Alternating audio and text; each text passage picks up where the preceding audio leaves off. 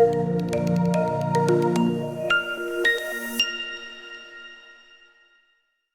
C.H.O.W program is all about feeding our children. And what we know is that when we talk about the whole child, children cannot learn if they're hungry.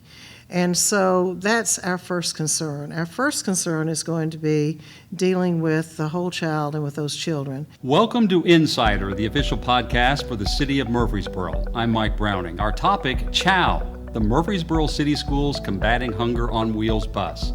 Every summer, the colorful bus heads out to neighborhoods to distribute healthy meals to children 18 and under. Amid recent school closings for the COVID-19 pandemic, the free emergency food service program got its wheels turning early to provide breakfast and lunch. Our guest is Dr. Linda Gilbert. She's the director of Murfreesboro City Schools. Of course, many of you know her. Dr. Gilbert was appointed superintendent in 2010. In 1998, Dr. Gilbert was named Teacher of the Year, and more recently in 2018, she was named the Tennessee Superintendent of the Year. Prior to her appointment, she served as the Associate Professor in MTSU's Education Leadership Department. Dr. Gilbert, thanks for joining us. Thank you so much for having me. We're living in strange days. Indeed. We're living through a pandemic, and everything that was normal is no longer normal on a daily basis. And I just have to say, from a personal note, I want to thank you, and I know a lot of parents and children want to thank you for your leadership through this. Well, it's certainly not my leadership. I'm blessed to work with really, really good people, and the support of the city council, the support of the school board, the support of the community makes all the difference. But I work with really, really great people. As soon as the COVID-19 pandemic began to appear here in Murfreesboro and throughout the world, when it hit this area and the schools were closed, you all immediately went into action in response by providing meals. Can you kind of explain to us the decision-making process in that? I can. Obviously, our school nutrition department is outstanding, and so under the leadership of Sandy Shealy and her folks, they already had the C.H.O.W buses. We were prepared. We knew how to roll, and so it was just a matter of her already deciding to do that and our jointly deciding to do that. So what has changed a little bit is we actually have more buses now, so we're using our school buses too. We have our little C.H.O.W buses, but our school buses should have a big bright sign on them that say C.H.O.W, and that's enabled us to go into about 26, 27, 28 areas of the city. So really, really proud of our nutrition staff. Give us a description of what the C.H.O.W program is all about. The C.H.O.W program is all about feeding our children. And what we know is that when we talk about the whole child, children cannot learn if they're hungry. And so that's our first concern. Our first concern is going to be dealing with the whole child and with those children. And the C.H.O.W bus is funded through USDA, the meals are, and it allows us to feed anyone that's 18 years old or younger from anywhere. So you don't have to be a citizen of Murfreesboro. You don't have to be a pre-K-6 student. You can be anyone who's 18 years old or under, and it is through a grant program with USDA. And so it's really utilizing buses that would already be out of service and also some of our current buses too now to help feed our community. Are there any changes with this program that had to come into place suddenly? Well, obviously we're using more buses, and so that makes a difference. And so I encourage people to look for not just the C.H.O.W buses that are colorful, as you mentioned, but also to look for the school buses that are out there.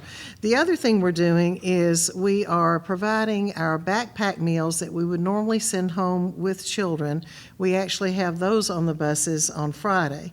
And so this is going to be enough food to get the children through the weekend, and that's important. So it's kind of interesting to watch the transition from being in the school and providing the backpack meals to actually being on the C.H.O.W bus and providing the meals. The other thing we are doing is we now are getting school supplies out to children through the C.H.O.W buses, and we're getting books out. So we have a great partnership with our SROs, with the Murfreesboro Police Department. They're following our buses in at least 8 places, and well, actually all of our buses, but there are 8 Murfreesboro police cars that are out there, and they're providing books. And so when you look at what we're doing, we're serving over 1,000 meals a day. Last week, we were able to hand out 2,500 books, and I believe that we handed out about 550 backpacks last Friday, so it's pretty phenomenal. So, Dr. Gilbert, when it comes to actually distributing the food to the children, what's different about the summer program and this particular program? I guess one of the biggest differences is normally during the summer, we have the children actually come on the bus to receive the food, and that's not the case now because of the CDC guidelines. So we are actually handing the food to the children and letting them take it with them. And I'm sure they don't really mind as long as they get the food, right? That would be absolutely right. You said that 18 and under. Right. Who's eligible? Is it everyone in Murfreesboro, or? It's everyone anywhere. So we ostensibly could have someone driving in from the county or other places because it is not funded through our general purpose funds. It's a whole separate grant from the USDA, and it is for anyone who's 18 and under. How many meals? I think you said you had it up to 1,000 at one point, but roughly how many meals per day now, and how has that growth occurred? We're serving at least 1,000 a day. I know we're up this week. I haven't checked with Sandy Shealy about it, but I know we were running about 1,000 a day last week, and I'm sure that we have increased that with the publicity and with the increased need. Do you have some people that are older than 18 that come that would like a meal, but you have to tell them that the program only provides for 18? I don't think we've done that. I think that pretty much the ones that we're seeing are your elementary students, maybe some junior high students, but certainly we are looking at 18 and under. And I think probably if we did have someone who came in or if that person was over 18, I think we would try to point them toward other services that are available in the community besides just the C.H.O.W. bus. You said the program was funded by the USDA, the Right. United States Agricultural Department, but they weren't expecting this to happen. Right. So what happened with how they funded it? I've not heard about any problem with that. I'm sure that right now we're looking at the possibility of spreading that even more, and my request would be that instead of having to do an application for certain sites, that the state and the federal government begin to look at just make it blanket coverage. We're not there yet, but I think with some of the things that are coming into place from the federal government, I don't foresee that there's a problem with that, because I think that everyone understands that the safety and the personal care of our people have to come first before anything else. And I assume as a director of schools, you weren't as concerned about that in the immediacy as making sure that meals were provided. Absolutely. We are going to take care of our children and our families. That's our first priority. We also hear that schools talk about, and you mentioned this, the backpack food program. So how is that different? We have certain foods that are going to be easy for people to take home and to cook.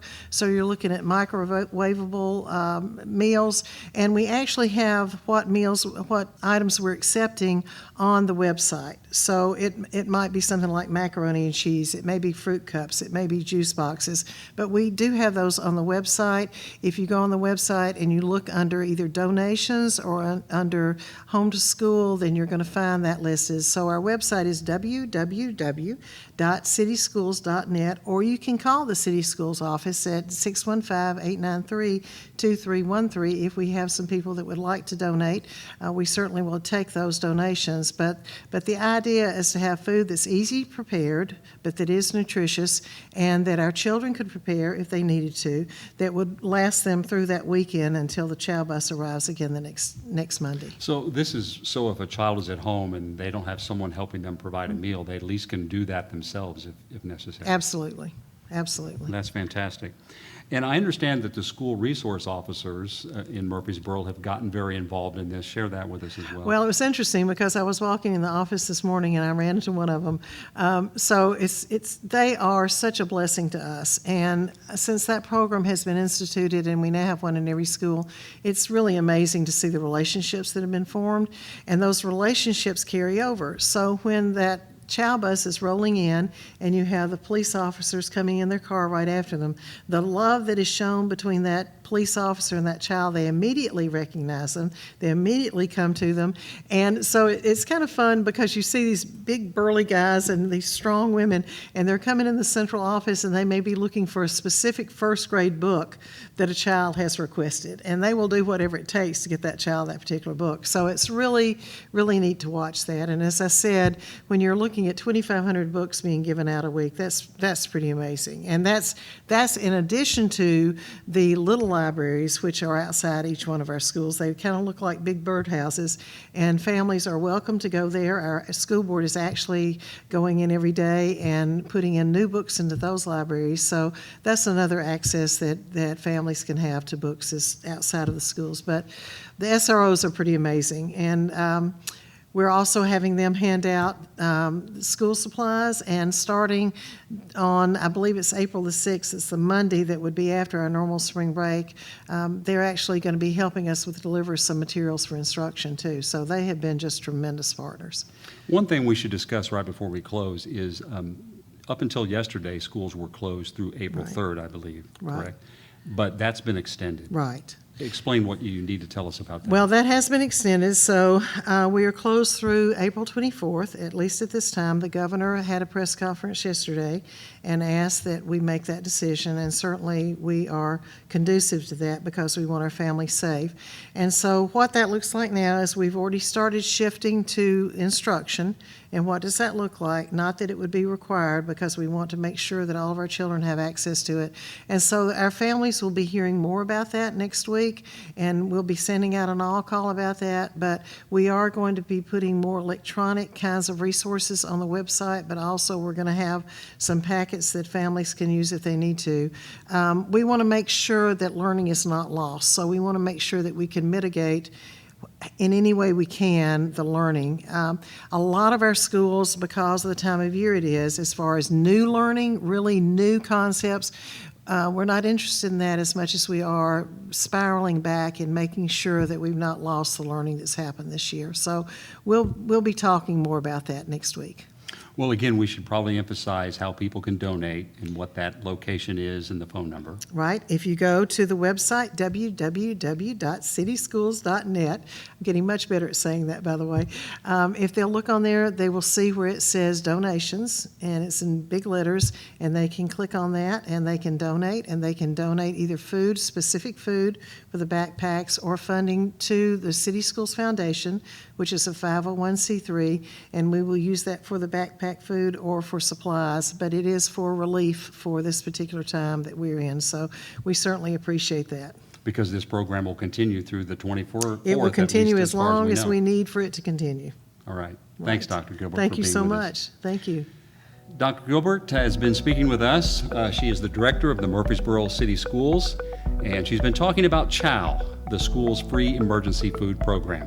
For more information on the City of Murfreesboro, visit www.murfreesborotn.gov. You've been listening to Insider, the official podcast for the City of Murfreesboro. Until next time, I'm Mike Browning. Thanks for joining us.